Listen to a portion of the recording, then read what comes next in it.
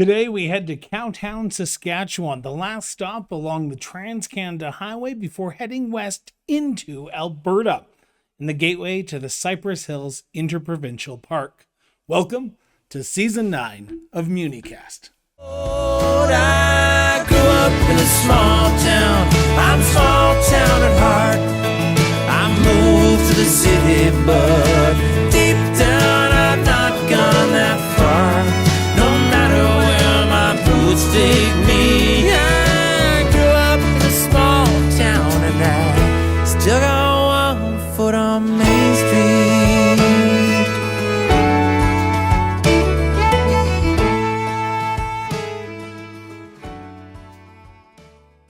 Municast is brought to you by SUMA, the voice of Saskatchewan's urban municipalities. Municast discusses topics that are important to municipal leaders like local governance, best practices, education, and so much more. Now in Season 9, we are meeting SUMA's Board of Directors. SUMA has adopted a new, modern governance structure, built from a thorough governance review and member consultation. This new structure is a caucus model with a 7-member board and 34 representatives from villages, resort villages, towns, cities, and northern municipalities across all regions, marking the beginning of a new chapter for SUMA. Today, we follow up from our first 2 episodes of Season 9. We continue to dive into the SUMA board members. And today we are honored to sit down in person and speak with SUMA's Vice President of Towns and Mayor of Maple Creek, Saskatchewan, Michelle McKenzie. Our interview with Mayor McKenzie right after this quick message. From the smallest villages to the largest cities, every day your urban municipality supports you. The water that travels from tap to sewer, the emergency services that keep you safe, the parks, libraries, and rinks that you enjoy, our cities, towns, villages, resort villages, and northern municipalities are urban hubs bringing people together. We are urban. Celebrate your municipality as part of the urban family. Mayor McKenzie, thank you so much for sitting down for Season 9 of Municast. We want to get to know the board, and you are a part of that board. So got to start with a very simple question, but give me the Coles Note version of how you got to where you are today in the mayor's chair in the great town of Maple Creek. Well, in 2009, I ran for council and I had lost by 3 votes. Yes.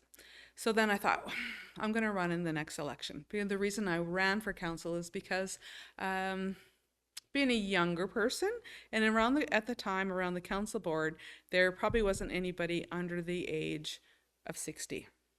So I thought, well, Maple Creek needed a change, and I thought I was a change. So I ran again in 2012 and was elected.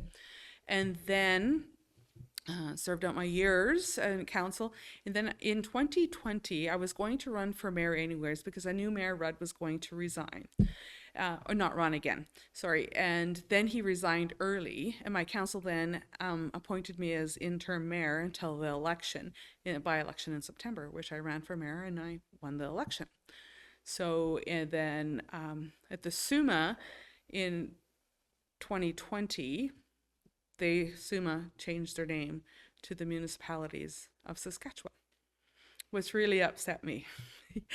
So I was like, I advocate all the time that consultation is the piece all the time. You need to have consultation. Doesn't matter with even the little things, because again, I realize we're elected to make those decisions, but sometimes if you want to be a good leader, in a position where people know you hear them, is to have that conversation. So I decided to run for the area director, or the Southwest director, and I won that. So then I was on the SUMA board. Do you mind me asking who was the director before you? I'm asking the hard-hitting questions here. I know. Ah. Anyway, it doesn't matter. Yes, yes. Well, Barry Rudd was, and then I know he's from a little town just outside of Moose Jaw. You can picture him, but I you can can't. picture him. Dale Domey Okay. was who was the Southwest director before.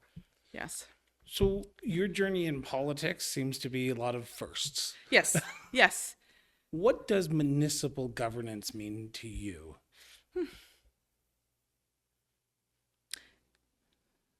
You know, that's a tough question. What it means to me is totally different what it's going to mean to somebody else. I'm like a mother hen. So to me, as being the mayor or even the council, is that this community and govern municipal government is looking after providing the essentials for your town or your community, your village, your city, whatever it may be. But for me, it's making sure that everybody has a happy, healthy place to live. And I can help provide that by having good governance. And what does good governance mean to me? the vice president of towns for SUMA? So for me, that means communication, transparency, and honesty. Like, you need to be transparent with your ratepayers and your members at all times, even with the tough decisions or even tough questions. Like, if you don't have the answer, you find out the answer. But if you have the answer, even though it might not be something that somebody wants to hear, you need to say it. That is good governance to me. Making sure that you're fiscally responsible, spending the money on what is there, your members, and providing what is best for them. The Saskatchewan Urban Municipalities Association, or SUMA, represents municipalities from the smallest village to the biggest cities of Saskatoon and Regina. What does SUMA mean to you as mayor of Maple Creek and then as vice president of towns for SUMA? So, you know, when I first started out with SUMA, and I feel that this has kind of shifted a bit, but when I first started out as a councillor, we went to SUMA. SUMA was our answer. SUMA was the place we went for questions, that if we had anything with legal or if we just needed some advice, that SUMA team would be there to help us. And if we needed just a little extra that we needed to get over, or a minister or something, that was SUMA. And then the convention, of course, there was education pieces there. You're there networking, and it was SUMA's. There was a problem, you called SUMA. SUMA now, I feel, is still SUMA. People still call SUMA for the answer, for questions. However, I don't feel that we provide quite the information or the stuff that we need to provide. And so do you see that as your role on the SUMA board, is to bring those concerns to yes, the board, but also hear what your caucus members are telling you and bring it forward? Yes. And so this is where I'm struggling at, is because, and I feel that other people are thinking and feeling the same, because again, SUMA does a wonderful job of advocacy. Like, I mean, we're at everything. There's right from the provincial to the federal government. We're there. We have a great team. We have JM and his staff are phenomenal. However, we're missing that small little piece. And I think that is because they're asking us. So I get questions from different towns about, Michelle, this is what we're going through. How can we fix this? Right? And so then I'm like, okay, because they're looking for SUMA to have those answers. And SUMA doesn't have those answers. They can help guide somebody on a path to get the answers they need. And I think there could be just a little bit of a shift in a role to be that big brother for SUMA. Because we do such a great job of advocacy, I think we could still do a better job at being the big brother, I guess I want to put, or the mother, or yeah. So it brings up a question about advocacy in your role as not only vice president of towns, but also caucus member. Mm-hmm. What does advocacy mean in your sense? So to me, in my sense, before... I shouldn't say sense, in your opinion. Yeah. When you said in my sense, I was like, I shouldn't have said a sense. I should have said opinion. Yeah. Well, like before sitting, because like when we're talking about the causes and the role, the whole board has changed, right? Because we had the executive, and then as VP of Towns, and then we did a lot of meeting with the ministers and doing different things. And of course, we just had our first initial meeting. So we're just setting out our terms of references and everything. And everybody's just starting to get the feel of the land. But what we really didn't have a chance to look at the advocacy part, like what do we want to do, what do we want to hammer home on, what minister and which level of government there is.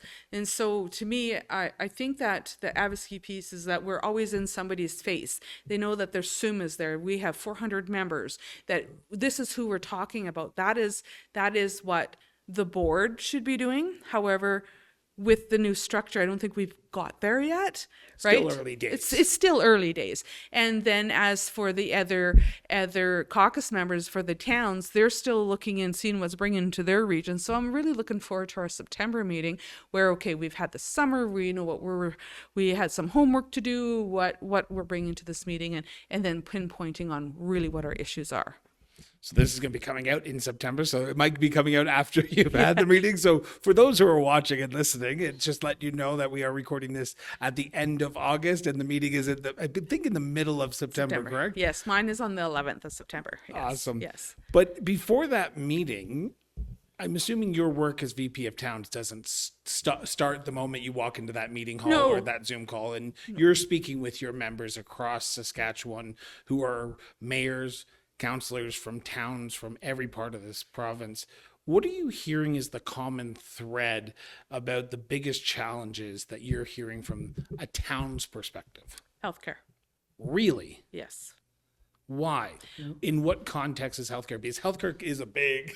Well, so let's take the town of Maple Creek, for instance, or take some of the things in the Southwest where I get a lot more calls in the Southwest because really I am the Southwest director, but because I'm the caucus chair, I'm on the board, right? So each one of everybody else in the 8 regions will also have the same things. So doctors. You know, the SIPA program. The SIPA program, we're having people that are coming in, their contract's only for 3 years, and then they're leaving. Or they can they come to the town of Maple Creek, pay $90,000 and buy out their contract. $90,000 and buy out their contract and go to the city. So they're coming over and we're thinking, all right, we've got a doctor for 3 years and they're here and they buy their contract out and they leave. They're here for a little bit, though, right? They're not just stepping in foot in the hospital. Some just come into Canada because they got a job, pay the $90,000, and go to the city. And I'm hearing stories over and over again, especially across Saskatchewan, where closures of ERs are a big concern. They are. And are you hearing that from your mayors as well? Absolutely. And my emergency department's usually closed. Well, in the month of July, probably, I would say 15 days out of the 31. And the thing is what they're doing is they have a thing that's called a virtual physician. So a virtual physician, your emergency department can stay open, but you don't have a doctor in the facility, so you do not have any inpatients. So nobody will ever be admitted. And if there was an emergency, you wouldn't be brought to Maple Creek, you'd be taken to Swiftcurrent. Really? If you were in Leader on a virtual and something happened there and they were on virtual physician, they wouldn't be going there. They would be coming to Maple Creek. And hopefully we're not on virtual physician at the same time they are. So all it's doing, exactly. So, it keeps it open for like somebody that comes in that might need a stitch, but there's nothing that is there. Like we had an incident at the hospital where somebody coded and we were on virtual physician and the ambulance come and took them away. And that is all across Saskatchewan. Healthcare is not just a doctor issue as well, because I'm going to play a little devil's advocate with you, if you don't mind. I would say that is a big issue, but every municipality is not that way, right? No. Some municipalities do have doctors that are fulfilling their roles, and not fulfilling their roles, but they are in the emergency room and they're not being shut down every week or every other week. Healthcare is also mental health and addiction as well.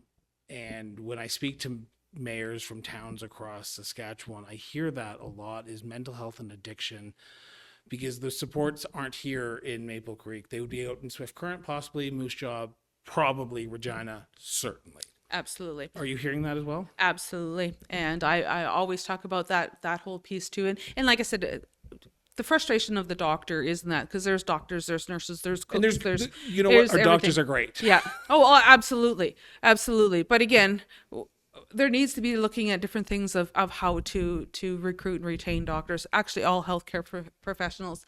The mental health and addictions piece is, again, let's take Maple Creek, for instance. There is no place to go here. If you need help, you got to go to Steph Current, right? We had a psychologist here who then ended up moving into Medicine Hat again. But so Don't worry, the Medicine Hat people will say they've just moved to Vancouver. yeah. I don't know how to address the issue. There needs to be something somewhere, somehow. And I know the province is looking at different ways and different ideas, but until Would RNs help? RNs could help, but again, the lack of RNs, there isn't enough to even sometimes keep a hospital open.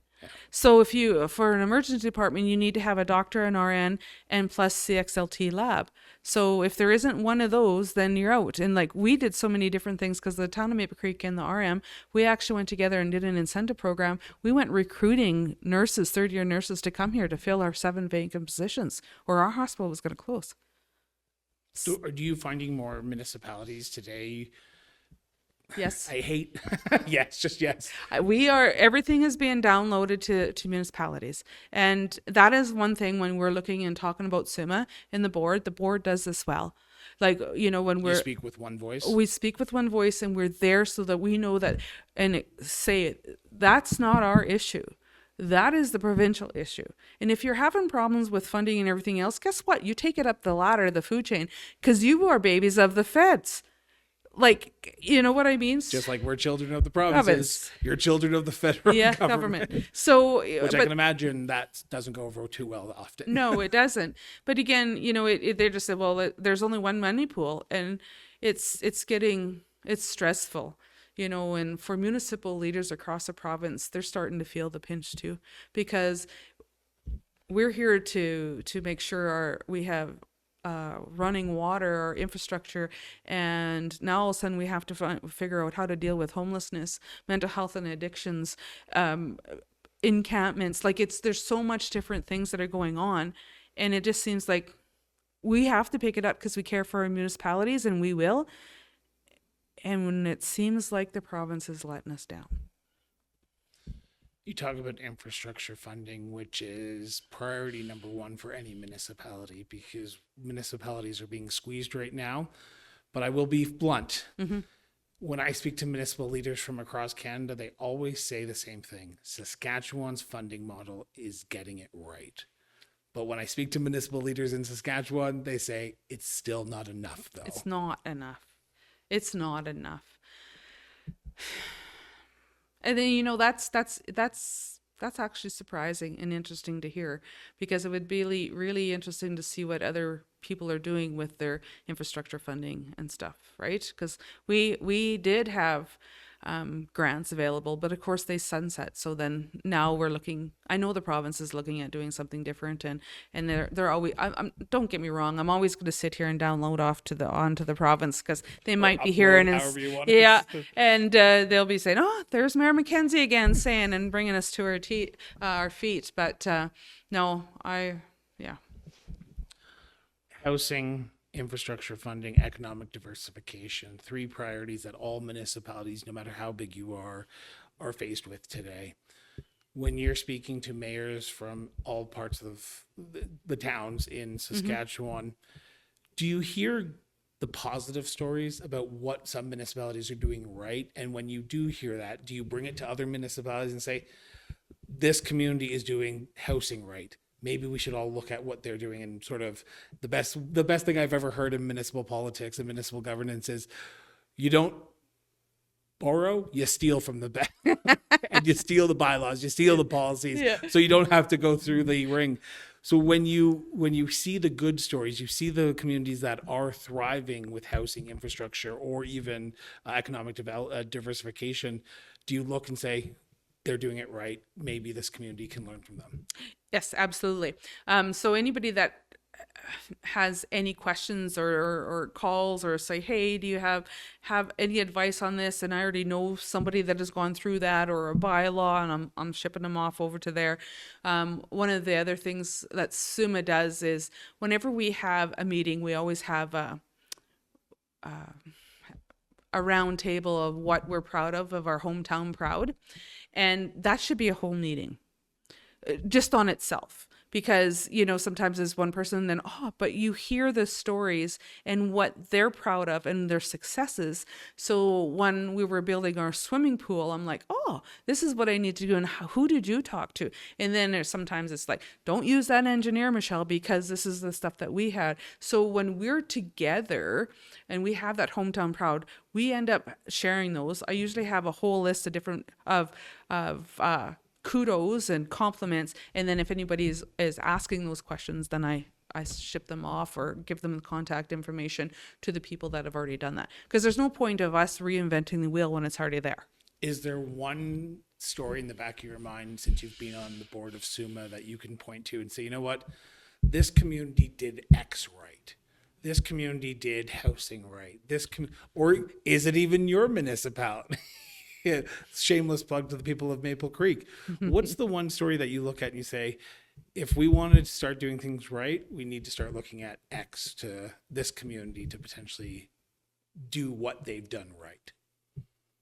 Putting you on the spot again. You are putting me on the spot. I think if I was to pick a place that is the town of Leader.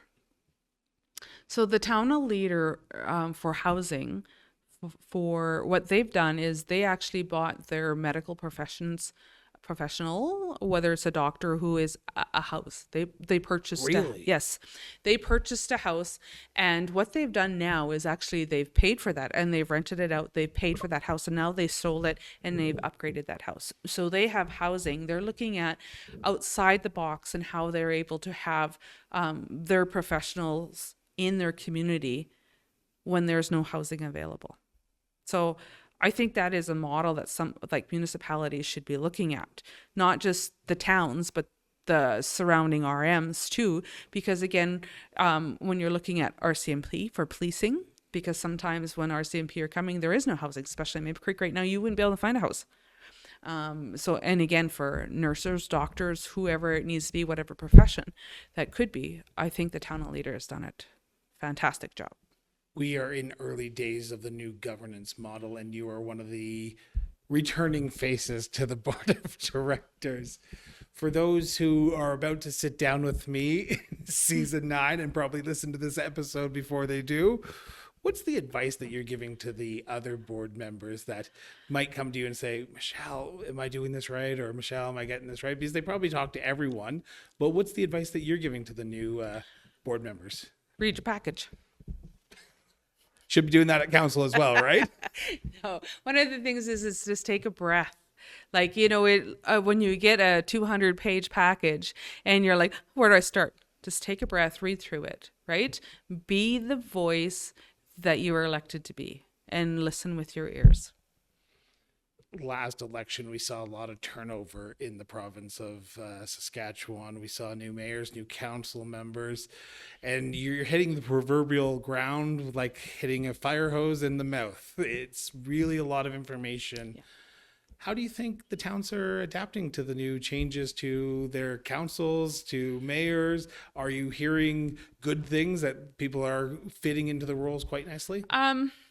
Some are, and some are struggling. As I don't know if you know, I'm also a municipal peer mentor, I should say. And I field a lot of different phone calls, and a lot of it comes down to is sitting around the table. It's new. I just went through 2 by-elections in this last 6 weeks, right? What? Yeah. Well, since the last one was in July was our last by-election. So Councillor Goodfriend and Councillor Stork, I had 2 that resigned from March 31st and April 5th. And so I had 2 by-elections. Oh, wow. Yeah.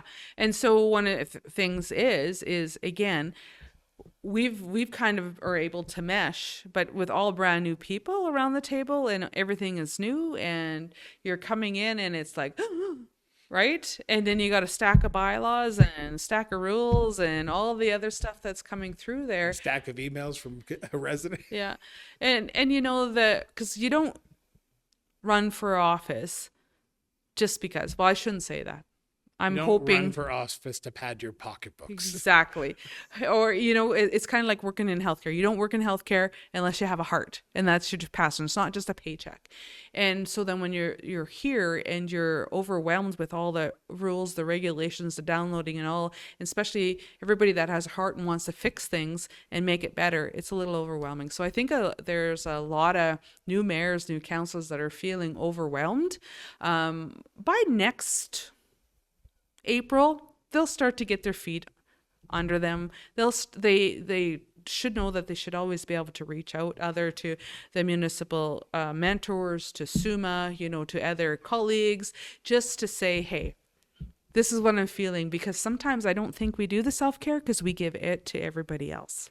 So for the new ones, they just need to relax, take a breath, because you don't come here knowing everything. Before we turn to the future and what the SUMA has in store, what's one thing you want people to know about your role as VP of Towns, your role as a mentor, your role as mayor that people don't often know about? Well, I guess I'd like them to know that my phone is always on. Yeah. Text me, call me, maybe not so much, but shoot me a text. I'll be able to answer your text. But I will say the mayor's really good at getting back to emails, because I'll send her an email at 8:00 at night and I'll get the response at 8:02 that night as well. I'm going, okay, maybe I'm not the only one who doesn't have a life in this world. It just, I feel that as the mayor, as the VP of Towns, is that it's a job that I take very serious.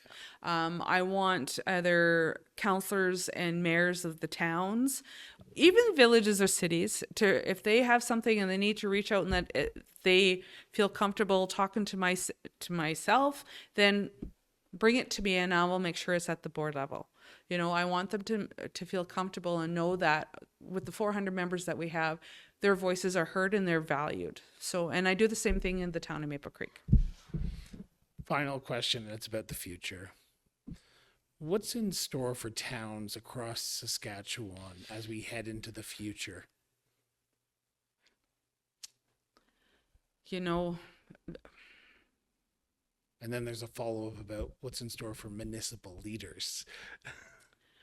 One of the things I worry about is the future of some towns, because again, my town is 2,200 people. You know, I don't have a huge tax base. I got about 1,178, and that's a metropolitan in Saskatchewan. Yeah, you know, and my budget's around $6.2 million.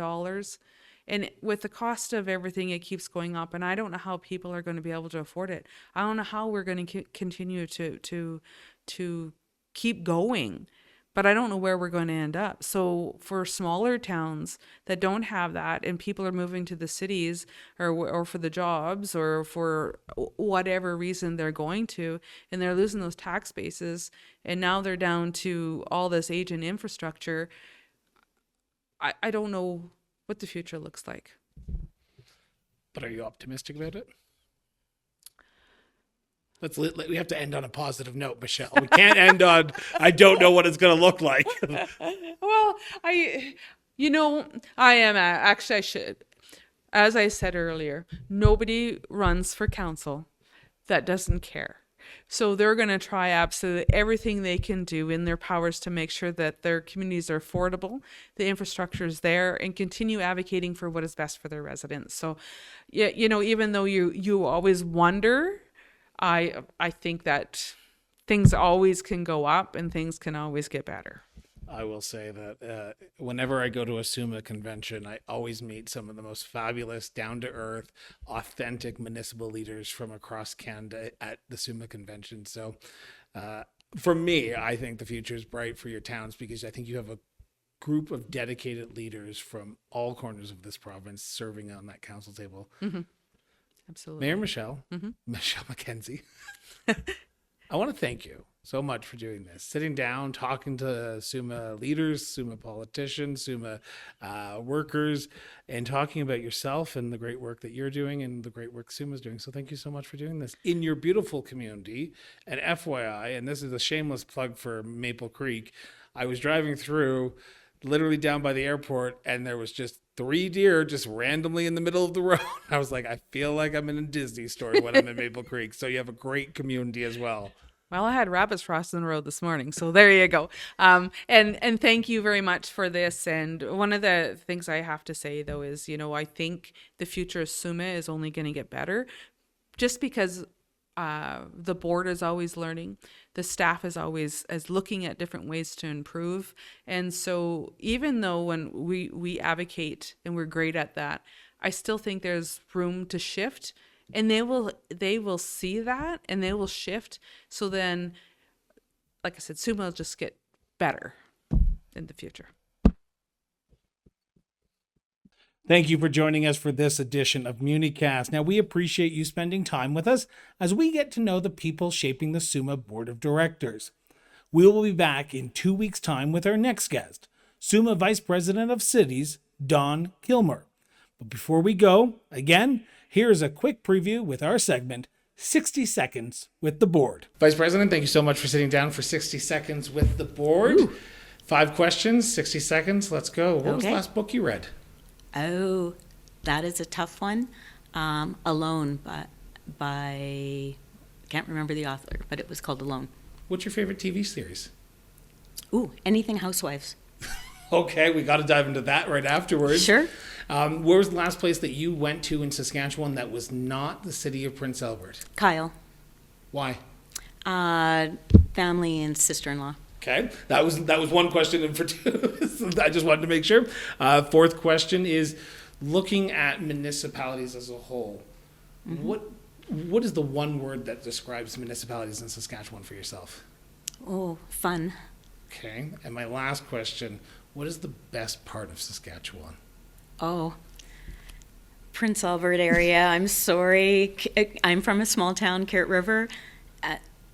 This area is so beautiful, and people need to come explore. That was 60 Seconds with the Vice President. Thank you.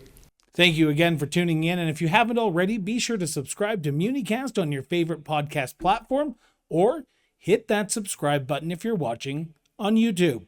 Until next time, thanks for spending a little time with us, and we'll see you down on Main Street.